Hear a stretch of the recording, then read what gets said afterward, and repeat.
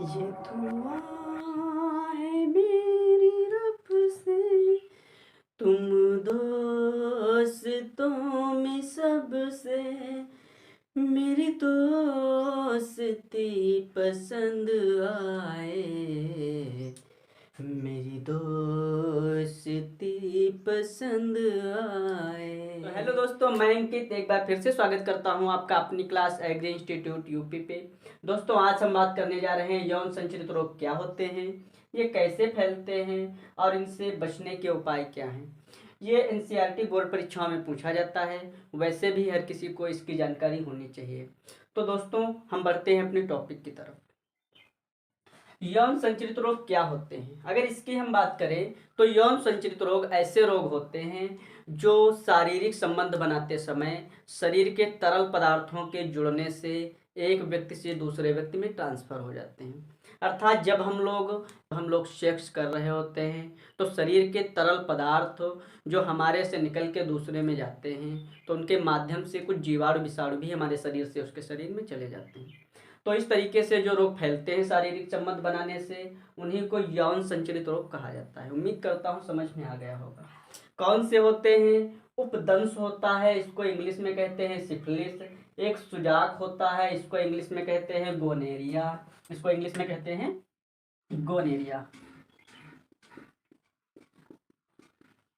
Gonorrhoea. एक HIV होता है और एक एड्स होता है। मस्सा होता है एक बीमारी, एक हर्पीज होती है।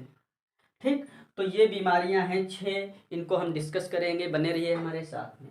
देखो, उपदंश क्या होता है? इस बीमारी में बेटा क्या होता है, एक्चुअली अगर बात की जाए तो ये सभी बीमारियां बहुत ही घातक होती हैं, जानलेवा होती हैं।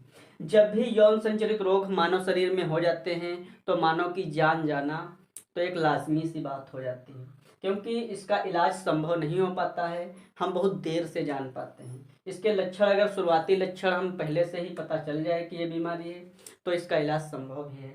उपदंश क्या होता है? इसमें याद कर लेना, शरीर पे दाने निकल आते हैं, शरीर पे दाने निकलते हैं, उपदंश में दाने निकलते हैं और ये दाने पानी भर जाता है, इनमें पाकते हैं, फूटते हैं, बहुत ज़्यादा दर्द होती है। ठीक, और एक मवाद टाइप में निकलती है शरीर से। तो ये दाने जब फूटते हैं तो बहुत दर्द होती है और उस दर्द को सहन ना कर पाने के कारण इसमें आदमी पागल हो जाता है, लकवा जैसी बीमारी हो जाती है। इसमें सिफिलिस रोग में लकवा जैसी बीमारी हो जाती है, पागलपन हो जाता है।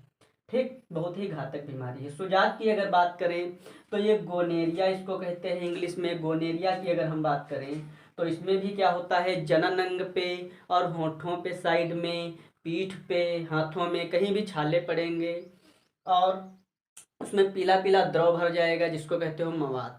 और वो जब पाकेगा, फूटेगा तो बहुत ज़्यादा दर्द होगी और उस दर्द को आदमी नहीं सहन कर पाता है। इसमें भी क्या होता है, मौत होती है।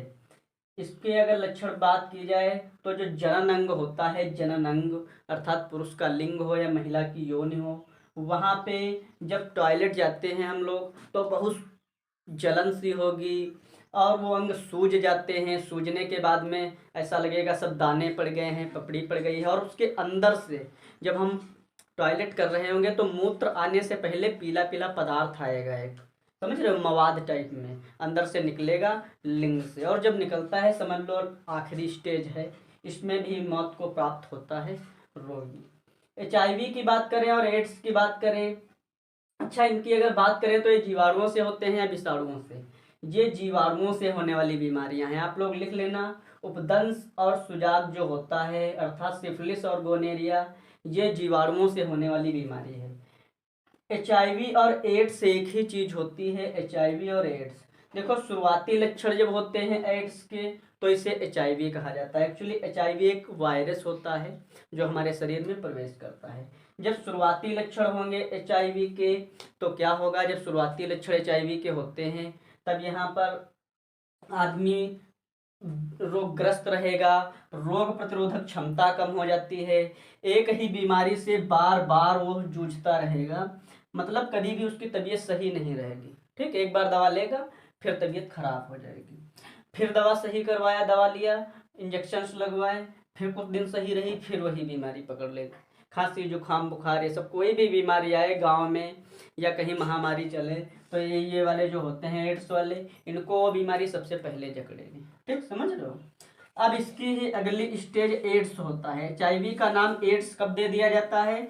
जब HIV पूरे फुल मतलब अच्छे एकदम, मान लो जब HIV जवानी पर हो एकदम से, समझ रहे हो, जब बहुत प्रचंड अपना रूप दिखा रही हो, तब एड्स उसको कहते हैं। इससे और भी बढ़कर यहाँ पर लक्षण हो जाते हैं।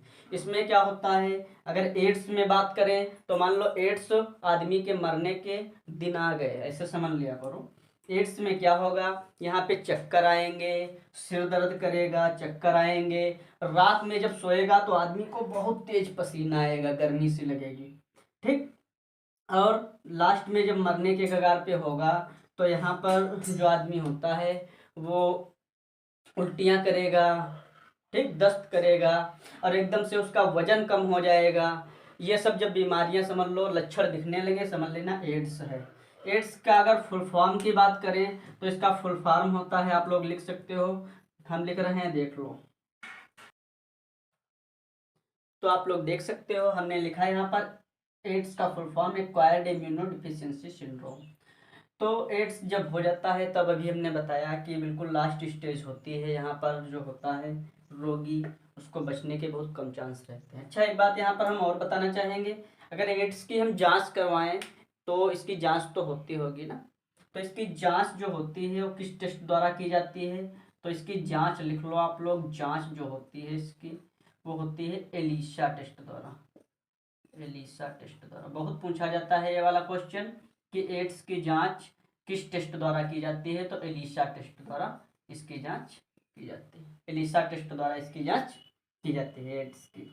ठीक, अगर एड्स की बात करें तो अमेरिका में सबसे ज़्यादा इसके पेशेंट पाए जाते हैं, पर वो जागरूक हैं इसलिए उसका इलाज करवा लेते हैं वो लोग। ठीक, इसके बाद में एक रोग होता है मस्सा। ये मस्सा क्या होता है? ये मस्सा क्या होता है, अगर मस्से की बात करें तो ये स्त्रियों में पाया जाता है रोग। और इस बीमारी में तो मस्से में क्या होता है, जो स्त्री का योनि होती है, योनि भाग होता है, वहाँ पर दाने टाइप में निकलेंगे। जैसे ये योनि है मान लो, तो यहाँ पर दाने टाइप में निकल आते हैं। फिर ये बड़े होंगे, मस्से के तरीके से बनेंगे, फिर ये पकेंगे और फूटेंगे।